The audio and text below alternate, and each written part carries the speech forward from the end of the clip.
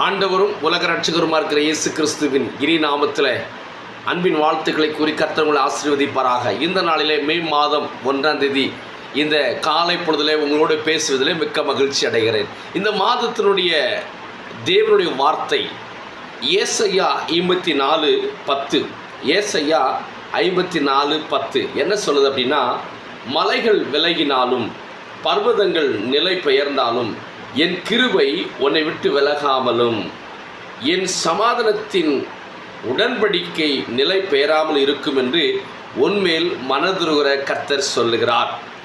அன்பானவர்களே, என் நண்பர்களே, உற்றார் உறவினர்களே, இந்த காலை பொழுதில் மாதத்தில் முதல் நாளிலே காலை பொழுதில் ஆண்டுடைய வார்த்தை உங்களுக்கு நேராய் வருகிறது. மலைகள் விலகினாலும் பர்வதங்கள் நிலை பெயர்ந்தாலும் என் கிருபை உன்னை விட்டு விலகாமல் இருக்கும். ஆமென், அல்லேலூயா. கிருபை உங்களை விட்டு ஒருபோது விலகாது. ஒருவேளை மனிதன் தேவனை விட்டு விலகலாம், ஆனால் கர்த்தர் ஒருபோது கைவிட மாட்டார். ஆகவே வேதத்தில் யோசுவாவில் சொல்கிறாரு, நான் உன்னை விட்டு விலகாமலும் நான் உன்னை கைவிடாமலும் இருப்பேன்னு சொன்னார்.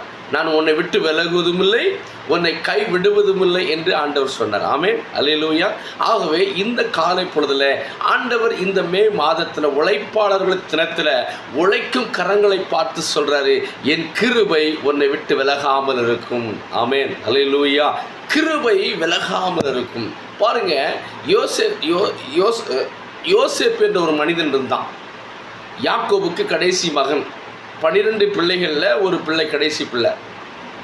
அவனை கூட இருந்த கூட பிறந்த சகோதரர்களை அவனை வெறுத்து எகிப்துக்கு அடிமையாக விற்றுவிட்டார்கள்.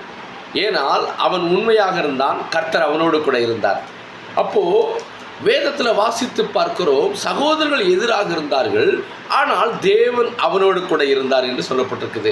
ஒருவேளை இன்றைக்கு உங்களுக்கு மக்கள் எதிராக இருக்கலாம், சகோதரர்கள் எதிராக இருக்கலாம், சோர்ந்து போகாதீர்கள்.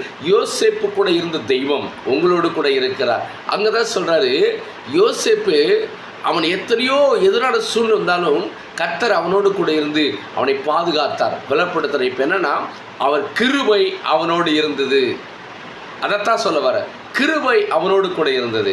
ஆகவே இன்றைக்கு தேவனால் அபிஷேகம் பண்ணப்பட்ட, தேவனால் தெரிந்து கொள்ளப்பட்ட என் அன்பு சகோதரே சகோதரியே, ஒருவேளை ஆண்டவரை அறியாத ஜனங்கள் இன்றைக்கு இந்த நேரத்தில் பார்த்து கொண்டிருக்கலாம். கடவுள் உங்களை ஆசீர்வதிக்க வல்லவராக இருக்கிறார்.